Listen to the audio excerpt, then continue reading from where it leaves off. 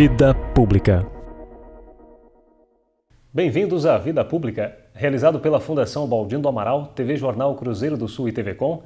Este é um espaço democrático de reflexão e troca de ideias sobre os assuntos que, mesmo sem que se perceba, influenciam a vida de cada pessoa. Nossos projetos de vida, nossas esperanças, tudo aquilo que sonhamos para nós, para a nossa cidade e nosso país, passa pela esfera da vida pública. Espaço aberto à pluralidade, Vida Pública é um debate permanente sobre a realidade que nos cerca, para o qual estão convidados você, telespectador, e aqui em nosso estúdio todos os que têm alguma coisa importante a dizer. E a palavra hoje está com o artista plástico Pedro Lopes. Nascido em Sorocaba no dia 29 de junho de 1951, Pedro Lopes é casado com Rose Pupa. Graduado em Artes Plásticas pela Faculdade de Belas Artes de São Paulo, Pedro Lopes foi professor universitário da Belas Artes por 10 anos, ministrando aulas de composição, desenho, modelagem, entre outras. Sempre envolvido com artes plásticas desde 1962, em especial na área da pintura, Pedro Lopes participou pela primeira vez de uma exposição em 1968, montada no Círculo Italiano e organizada pela Fundação Baldino do Amaral e Jornal Cruzeiro do Sul. Foi nessa época também que o Clube dos Amigos da Arte de Sorocaba, do qual fazia parte vários artistas como Ettore Marangoni, foi criado.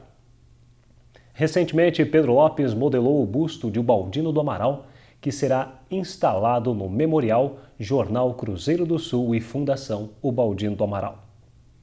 Pedro, seja muito bem-vindo ao Vida Pública de hoje. Olha, muito obrigado, é um prazer estar aqui, é um prazer estar conversando com você.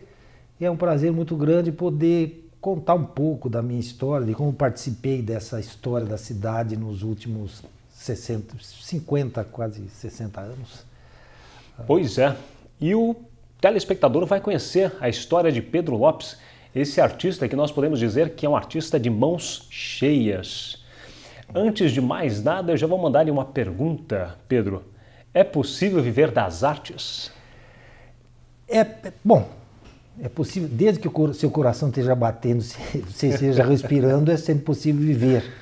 Na realidade, a vida, eu vejo a vida como uma incógnita e que você simplesmente existe enquanto está. E eu, graças a Deus, consegui me manter.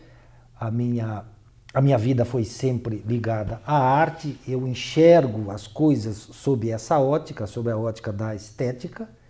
E eu consegui sobreviver até agora, manter a minha vida.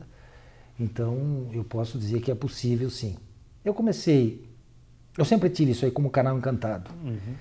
E eu me lembro que o primeiro contato que eu tive com pintura, com quadro, foi na loja do Ludovico Proasca. Essa loja ficava na Rua da Penha, onde hoje fica lá em cima, na esquina da Rua da Penha com o Arthur Gomes. Na época, eu frequentava a igreja era em frente de casa, então eu me refugiava na igreja e eu saía com os pés, era coroinha, andava com os padres franciscanos e eles passavam lá encomendar quadros. Foi a primeira vez que eu vi uma pintura na vida, fiquei encantado. E eu resolvi que eu ia me dedicar àquilo.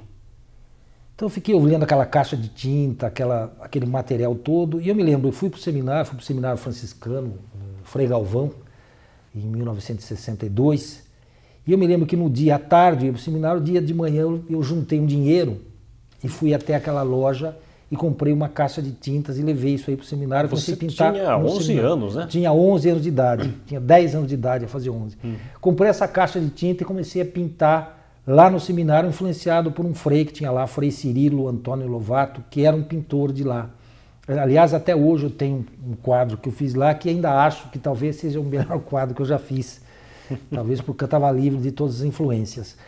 E a partir daí eu comecei a pintar, eu fiquei pouco tempo no seminário, fiquei um ano só, saí de lá, voltei para Sorocaba e comecei a pintar. Em 1965, eu fiz alguns trabalhos já retratando a cidade, porque naquela época estava sendo demolido o convento de Santa Clara, a Igreja do Rosário, que era uma igreja barroca feita no fim do século XVIII. E eu me postei lá em frente e comecei a pintar fiquei uma semana indo todos os dias, eu passava o dia lá, coloquei cavalete, tela, etc. E fiquei pintando. Inclusive no quadro você vê que já tinha começado a arrancar parte da porta, e no quadro aparece isso, né? Então, eu também pintei a estação ferroviária. Eu me lembro que, se você olhar o quadro, na frente tem um Chevrolet 51, que era um Chevrolet do meu tio, que era motorista de táxi lá, que era chofer naquele tempo, né? Era chofer de táxi. Então tem algumas coisas que acabaram ficando, que é um marco, até na história da cidade, porque isso aí já mudou totalmente, né? E eu me dediquei a isso. Depois eu fui fazer ginásio na época, colégio. Aí eu resolvi que eu ia fazer física, estudar física. Então eu fiz científico, mas num dado momento eu percebi que eu tinha mais empolgação pelo formato das fórmulas de cadeia carbônica, etc., pelo desenho daquilo, pelo design da estrutura molecular. Eu tinha mais encanto por aquilo do que pelo significado daquilo mesmo, né? Aí quando terminei o científico, eu parei um tempo e falei, bom, eu acho que o meu negócio é arte mesmo, eu vou fazer Belas Artes. Aí entrei para a Faculdade de Belas Artes, foi em 1973. Como você conheceu a faculdade? A faculdade eu já tinha ido lá a partir de 67, porque em 68 teve uma grande exposição aqui no Círculo Italiano, Círculo Italiano. Essa exposição foi promovida pela Fundação Baldino do Amaral, pelo jornal Cruzeiro do Sul. Eu me lembro que nessa época o jornal ainda era ali na rua São Bento, onde hoje é o Bradesco. E ele o jornal promoveu essa exposição e eu expus os quadros lá, que tinha os quadros da estação ferroviária, o quadro da igreja do Santo Escolástica, e expus mais um quadro do moinho que tinha lá em Votorantim. Então, e esses quadros acabaram fazendo um grande sucesso, porque na época eu era moleque, tinha 17 anos, 16 anos, e aquilo acabou sendo uma novidade, aquilo acabou sendo um sucesso, que alguém estava apresentando os quadros, que eram os únicos quadros que retratavam a cidade, e eu acabei conhecendo um grupo de pessoas ali, todos pintores, e nós formamos o Clube dos Amigos da Arte. Mas antes, como eu já tinha pintado isso, já tinha começado a voltar meu interesse para isso, em 67 foi a primeira vez que eu passei na Faculdade de Belas Artes, que era lá em frente à Estação da Luz. Eu me lembro até hoje, fui atendido lá pelo Silvio Urbano, que era secretário, que me disse, não, você tem que fazer o colégio, e depois você vai prestar um vestibular e vem aqui e tal. E aí eu fiquei com esse ideal.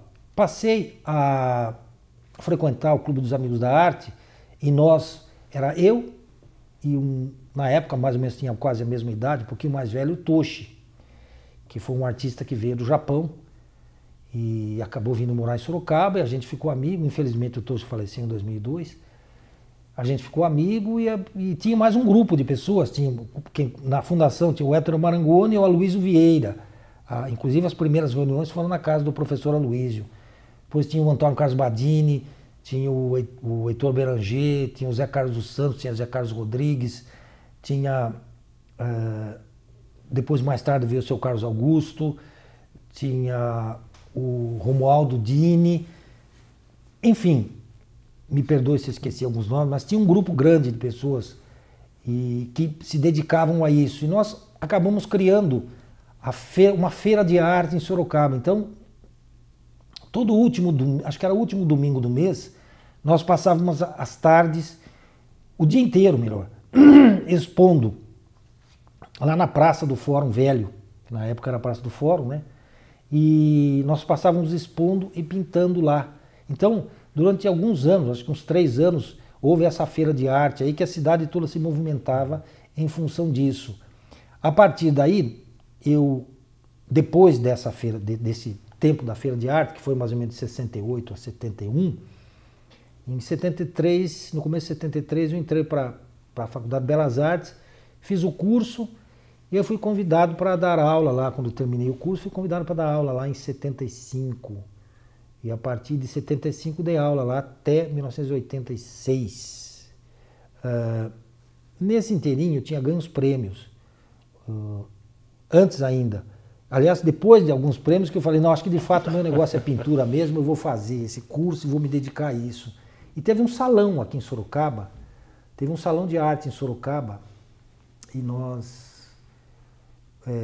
participamos desse salão. Esse salão foi ali na Rua Álvaro Soares, e aí veio um júri de São Paulo, era um salão oficial, reconhecido pelo Estado, e eu ganhei o prêmio nesse salão também. E aí, nesse momento, eu já estava no primeiro ano da faculdade. Esse prêmio deu para pagar, a anuidade da faculdade. E aí, no ano seguinte, eu acabei ganhando outro prêmio, paguei a anuidade do ano seguinte e assim por diante. Consegui me manter lá. Em seguida, eu fui convidado para dar aula lá, e aí eu já podia sobreviver disso. Então, a sobrevivência da arte foi garantida por essa atividade didática, né, na Escola de Belas Artes. Depois eu saí, por causa de envolvimento com greve, esse tipo de coisa, eu acabei sendo despedido da escola, e aí eu passei de fato a viver de arte mesmo, né? Passei a trabalhar com uma marchande lá em São Paulo, tinha uma marchande em Goiânia, e eu fazia essa ponte São Paulo-Goiânia, e eu acabei sobrevivendo, vivendo de arte, vivendo de venda de trabalho, trabalhando com uma galeria, com 2 galerias lá de Goiânia, fazendo exposição em São Paulo, e até que em 1990 meu pai faleceu e eu voltei para cá mais assiduamente, porque até então eu passava a semana toda em São Paulo, vinha de vez em quando para Sorocaba. Depois eu passei a dividir. Ficava 4 dias em Sorocaba, 3 dias em Sorocaba, 4 dias em São Paulo, 4 dias em São Paulo, 3 dias em Sorocaba, assim por diante. E você usava o ônibus para ir, né? Usava o ônibus para ir, E eu, agora, desde aquele momento, desde 1965, em que eu comecei a lançar este olhar sobre a cidade, é que eu comecei a imaginar qual seria a função, a importância e a função de um pintor para a comunidade. Hoje isso é uma coisa meio anacrônica, um pintor não exerce nenhuma função relevante na comunidade como exercia há 400 anos atrás, né? Que era o pintor da corte, o pintor do rei, aquele que registrava todos os eventos, todos os acontecimentos, etc. E aí, eu comecei a pensar como a pintura, a arte em si, poderia ajudar a criar esse espírito de cidadania.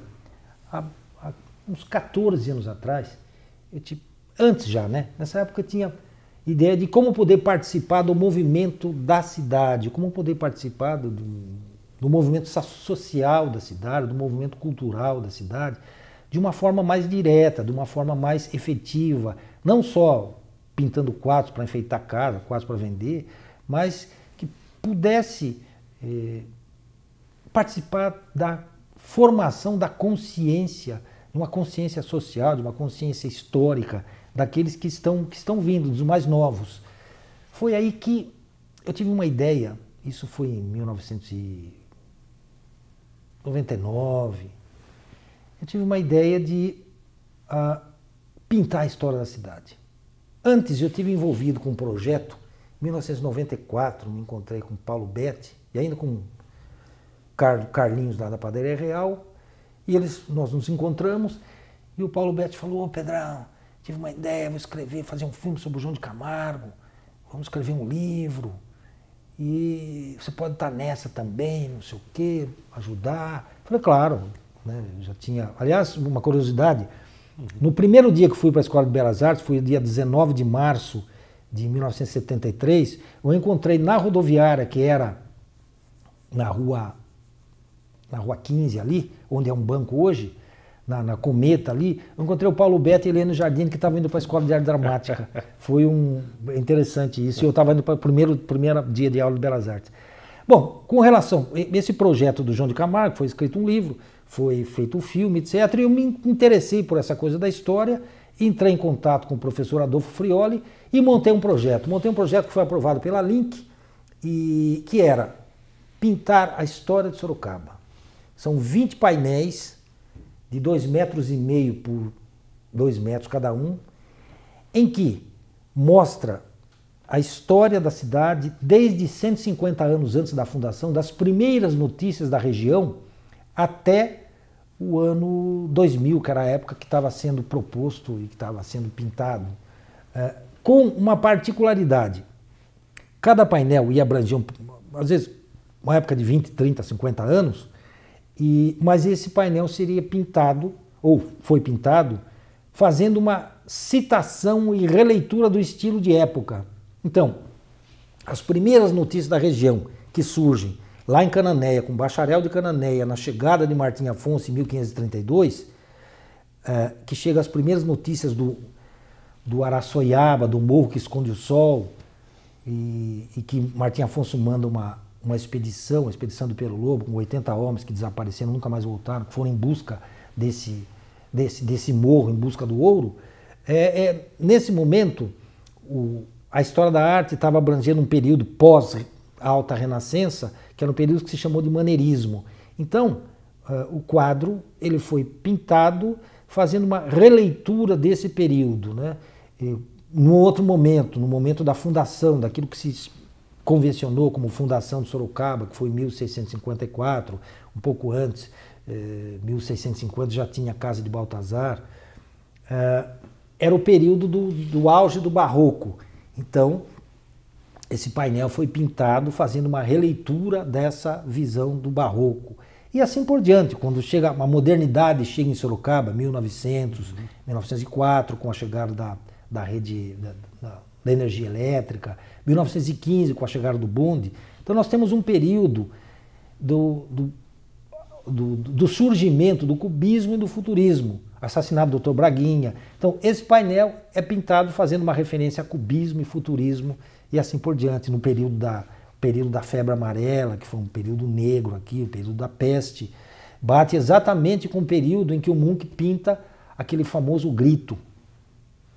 Então, era uma época de transição em que a pintura simbolista ela estava florescendo, era um pré-expressionismo. Então também o quadro é pintado fazendo referência a esse estilo de época. Aliás, esses períodos que você fala, você é uma pessoa entendida da história da arte também. Esses períodos eles se davam de que forma? Você falou em cubismo, você falou em expressionismo, mas por que surgiam esses nomes? Como que surgiam essas modas na arte? Na arte, a partir... Na realidade, às vezes, algumas coisas elas eram denominadas de uma forma pejorativa. Isso começa com o impressionismo. Quando surgem os pintores impressionistas, são pintores que tentaram participar do Salon, que era o Salon, ele era organizado pelo imperador na França, por Napoleão III, e aquele que entrava no Salon, aquele que ganhava o prêmio no Salon, passava a ter uma certa ligação com a corte, até que a primeira vez houve uma dissidência ali, porque Delacroix não fazia parte da academia, no entanto entrou no Salon, ganhou um prêmio, isso acabou criando...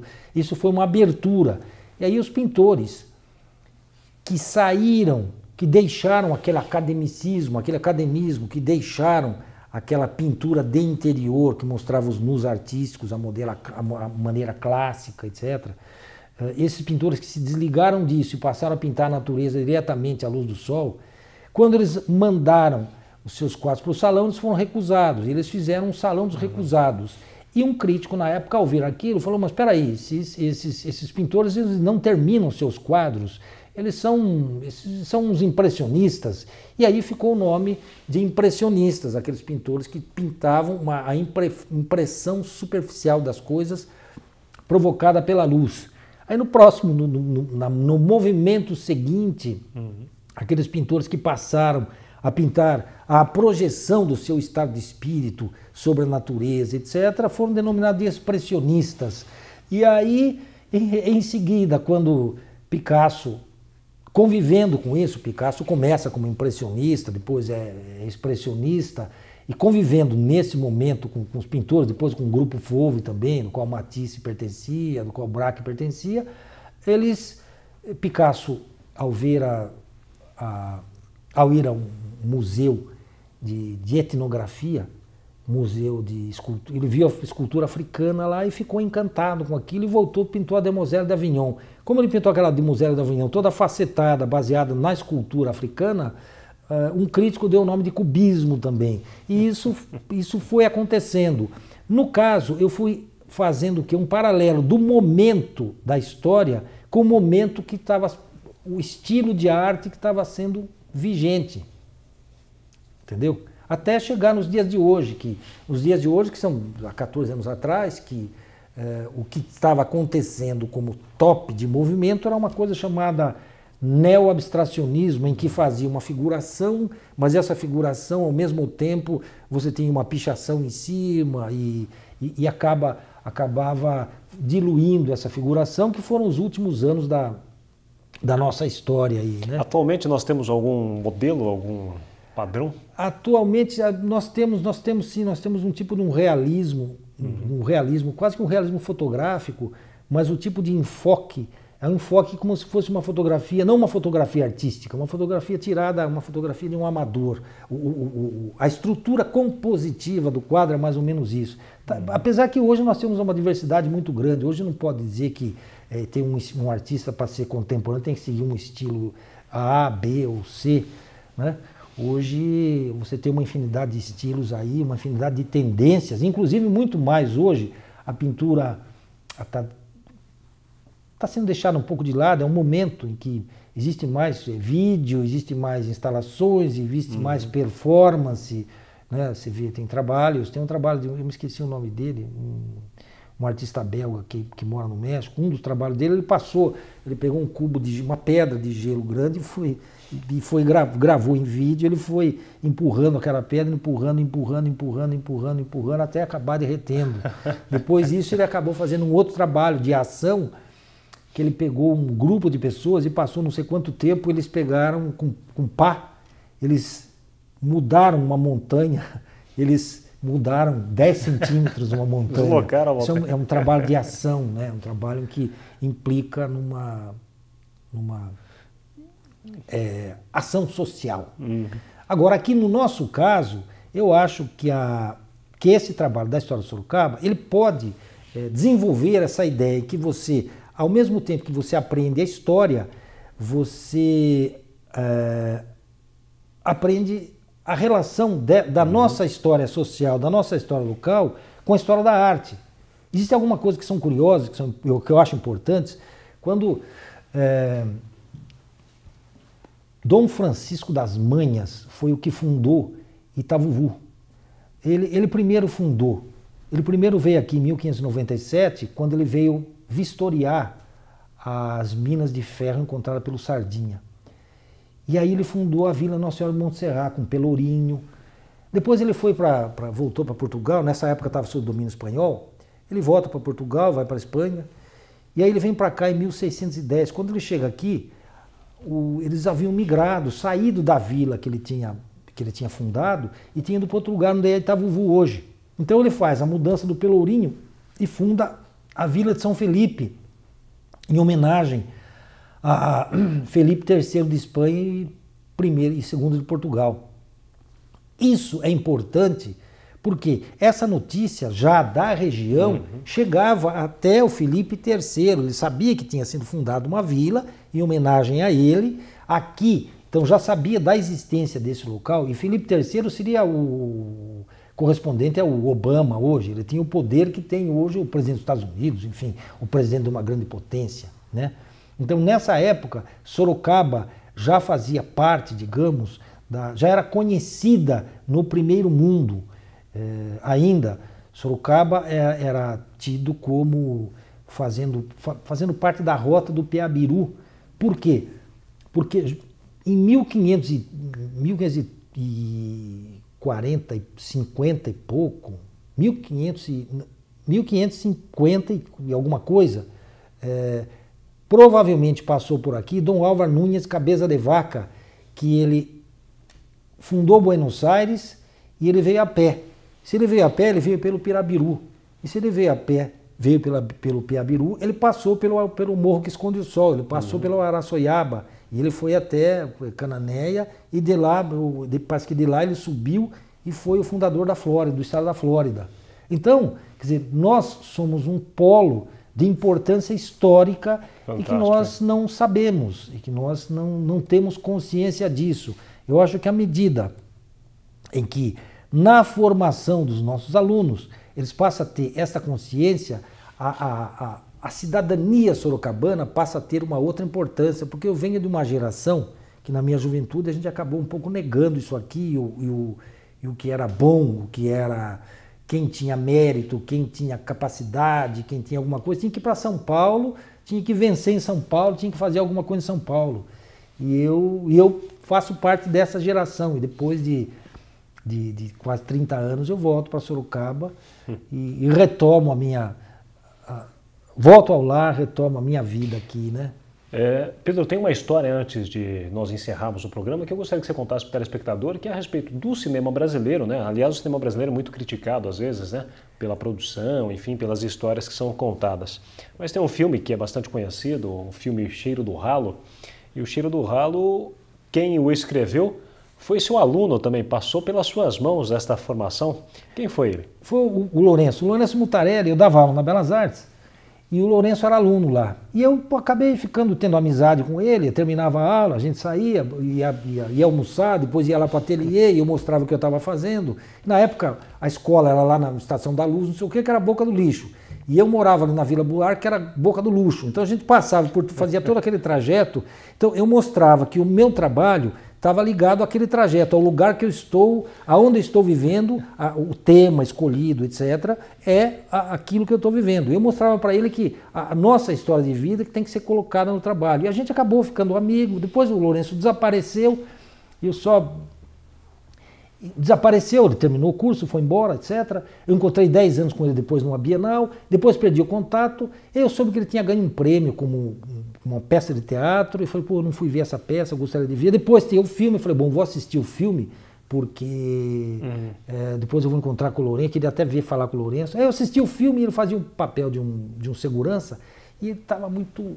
Eu achei que ele estava muito arrogante, que ele estava muito soberbo naquela coisa. Ela falou, e agora eu vou procurar o Lourenço, acho que ele vai achar que eu vou atrás dele para pegar carona no sucesso. Um dia eu estava em casa, telefonou uma moça, Ana, eu esqueci o nome, Ana Bigoto, do Estadão, dizendo o seguinte, nós estamos fazendo uma matéria no Estadão sobre sobre os personagens que se destacaram na cultura, nas artes, etc., mas sobre quem foi o mestre dele, quem foi o formador dele, etc.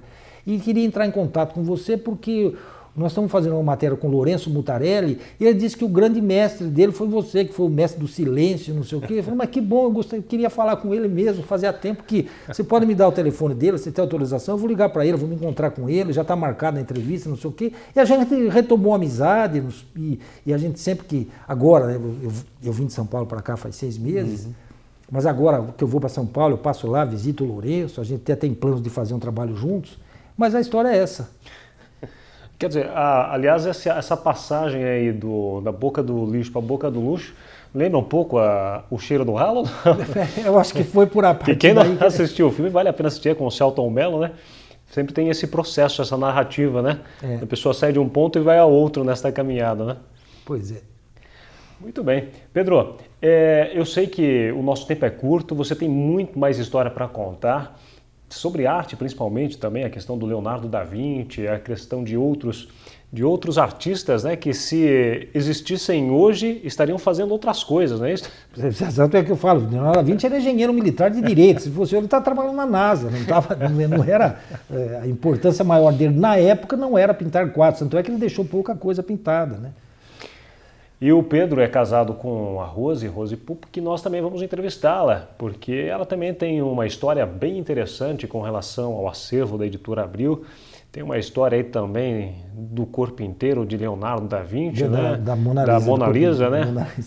Bom, é que são meio que parecidos, né? Associado, mas enfim, isso vai ficar para outro programa. Pedro, eu quero agradecer muito a sua participação no programa Vida Pública de hoje. Muito obrigado, eu que agradeço, me sinto honrado de poder estar aqui falando um pouco da minha história. E foi um pouco mesmo, né? Meia hora não deu para contar muita coisa sobre o Pedro Lopes, esse artista de mão cheia, conforme nós dissemos logo no começo deste programa. É um talento que está aí e tem muita história mais para ser contada. Parabéns pelo teu talento, pelo trabalho, viu, Pedro? Eu que agradeço o reconhecimento, agradeço a Fundação, agradeço a todos. E o Vida Pública de hoje conversou com o artista plástico Pedro Lopes.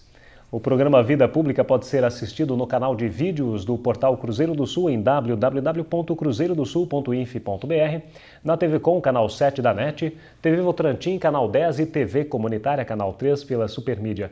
Agradecemos também a participação da nossa equipe de produção, o editor-geral Ednilson Jodar Lopes e o estagiário de produção Gustavo Henrique de Campos.